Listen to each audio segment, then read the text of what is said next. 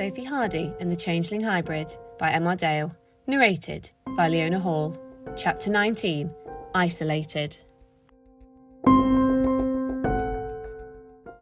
As dinner time drew to a close, Sophie was still sitting in reception staring blankly into space.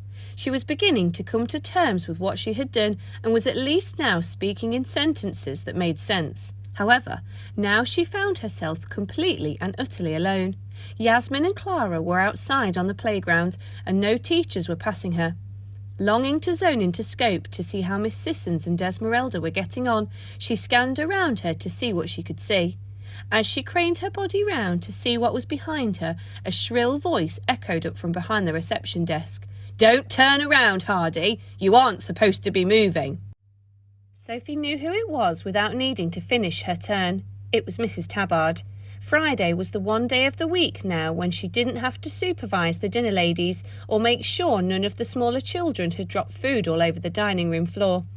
"Sorry, Mrs. Tabard," Sophie said timidly. "Is it right that you walked out of class?" the voice asked again. Sophie nodded and felt awful again. "Not like you, is it?" Sophie continued to feel worse. A red light appeared in the corner of her eye to tell her that she again had a new message. Who or what could it have been this time?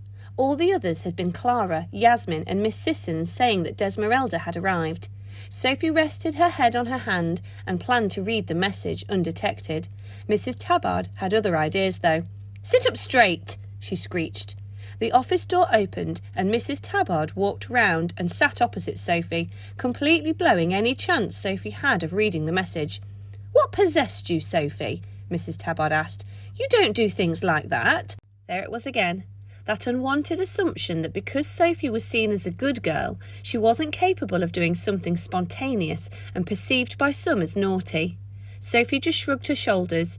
She couldn't exactly tell the truth that she was helping the world's most powerful changeling, who didn't realise they were a changeling, get to see the woman who had locked her up in a prison full of villains for 10 years to protect her from the rest of the changeling kind. Oh, and the woman in question just happened to be the old Year 6 teacher and the parent of the new boy that Sophie had punched in the face earlier that week.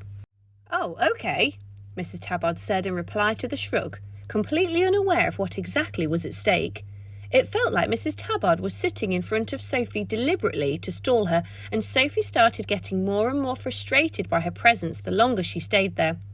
With a mere 5 minutes of lunchtime left, Mrs. Jones emerged out of the staff room and sat down next to Mrs. Tabard, opposite Sophie. "How are you feeling, Sophie?" she asked her with a soft and gentle tone. Sophie just shrugged again, still annoyed by the unwanted appearance of Mrs. Tabard and thus appearing to show no remorse for what she had done, whereas, actually, she was feeling quite apologetic a few seconds before. "OK," Mrs. Jones began. "I think you need to spend the afternoon in my class then." Sophie looked horrified. "No," she said in an extremely harsh-sounding tone. "I beg your pardon." Mrs. Tabard couldn't quite believe what she had heard. Mrs. Jones ushered Mrs. Tabard away so that she could talk to Sophie a bit more privately. "I know it's tough, Sophie, but I can't send you back into class when you haven't even apologised properly for what you have done. I would like to keep an eye on you." "But," Sophie began. She wanted to say that she had a really important message that simply couldn't wait and that the fate of millions of children might be at risk if she didn't open it. But what would be the point? Mrs. Jones would think she was even more out of it than she already did. "No buts, Sophie. You're spending the afternoon with me," Mrs. Jones concluded. Sophie had to think on her feet now. Someone was desperate to talk to her, and she had to think of a way to work out how. There was only one way she could think of instantly. "Can I go to the toilet before I come to your class then, please?" she asked in the tone of a voice that Mrs. Jones recognised as Sophie's mature, well-behaved tone, the good girl as it was. "Of course you can. I will go and fetch my class, and I will see you in the classroom," Mrs. Jones replied.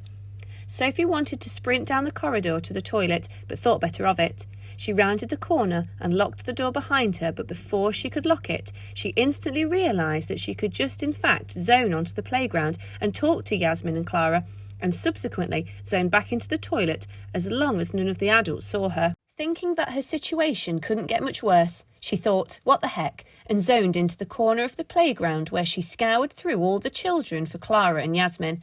Knowing where Clara and Yasmin normally hung out at dinner time, Sophie was dismayed to see that there was no sign of them. Panicked, she opened up the message that was still blinking in her eye. It was from Clara. "Get to Scope, now." Without a second thought, Sophie zoned out and back in again to the control room at Scope. What faced her was carnage. There were chairs everywhere, computer screens were smashed, tables broken, and in the far corner, 3 figures were standing looking at the damage that had been done. "What happened?" Sophie asked Miss Sissons, Clara and Yasmin, flabbergasted.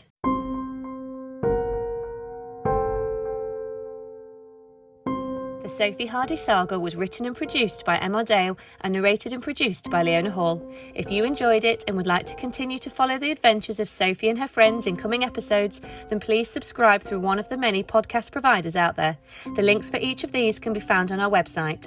If you require more information, visit our many social media channels, or if you would like to purchase a hard copy of the book, then be sure to check out www.sophiehardysaga.com. Thank you for listening, and we hope you enjoy.